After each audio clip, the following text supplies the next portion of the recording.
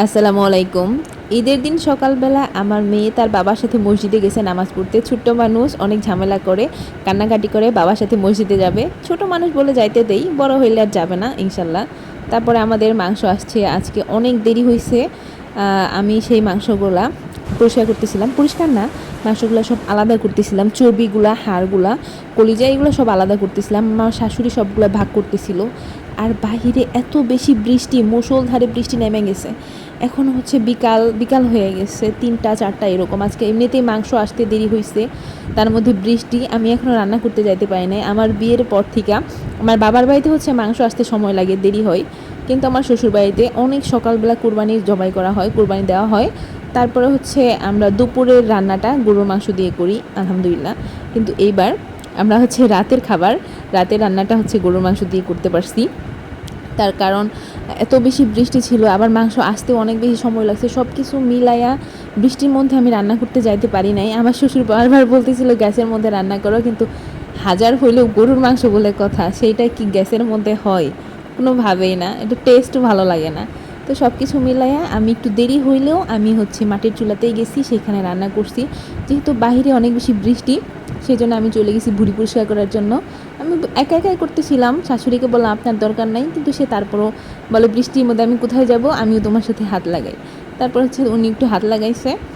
তারপরে আমার পরিষ্কার করা শেষ, বৃষ্টি যখন কমে গেছে তখন আমি ভুঁড়িগুলো সিদ্ধ করতে দিছি। আর এইদিকে আমাদের সমাজের মাংস ভাগ করা হইতেছে। এই সমাজে মাংস যখন ভাগ করা হচ্ছিল, বাহিরে এত মুষলধারে বৃষ্টি, মানে তাঁবু টানানো হয়েছে, তাঁবুর ওই পাশে মানে অনেক বেশি শব্দ হইতেছিল, অনেক বৃষ্টি ছিল। তো সবারই একটু কষ্ট হয়েছে, তারপরে সব কিছু মিলে আলহামদুলিল্লাহ। আর দেখেন কতগুলো হাঁড়ি পাতিল জমছে, এইগুলা কিন্তু নিচে আরও অনেক হাঁড়ি পাতিল আছে। আমি শুধু হালকা একটু হালকা করে দেখাইছি।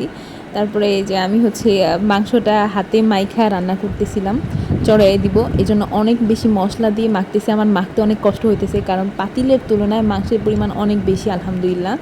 এখানে হচ্ছে বেশ অনেকখানি মাংস ছিল মাশাল্লাহ। আর হচ্ছে হাড্ডি হাড্ডি টাইপের ছিল, যার জন্য অনেক হাতে কাটা কাটা লাগতেছিল। তারপর আমি আস্তে আস্তে আস্তে আস্তে চেষ্টা করতেছিলাম মাংসটা মাখানোর জন্যে।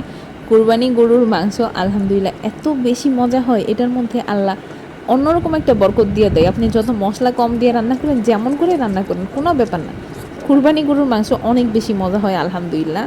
আবার একটা জিনিস দেখবেন যে এই মাংসটাই, কুরবানির মাংসটাই 3 দিন পরে 5 দিন পরে আপনি রান্না করবেন, সেম টেস্ট পাবেন না, কখনোই পাবেন না। এটা শুধু কুরবানির দিনই পাবেন, কারণ এটা অন্যরকম একটা আল্লাহর রহমত থাকে এর মধ্যে। এই যে আমার মাংসটা এখনও উইনে নাই, এটা উইনে গেলে আরও মানে লাড়া দিতে বেশ ভালো লাগবে। এখন আমি লাড়তেছি, লাড়তেও আমার কষ্ট হচ্ছে, কারণ অনেক বেশি ভার।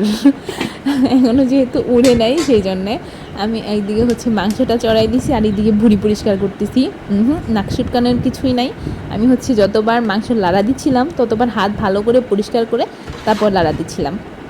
এই যে আলহামদুলিল্লাহ আমার হচ্ছে মাংসটা রান্না শেষ। আলহামদুলিল্লাহ খাইতে এত বেশি মজা হয়েছে, হাজার হলেও কুরবানি গরুর মাংস বলে কথা, মাশাল্লাহ।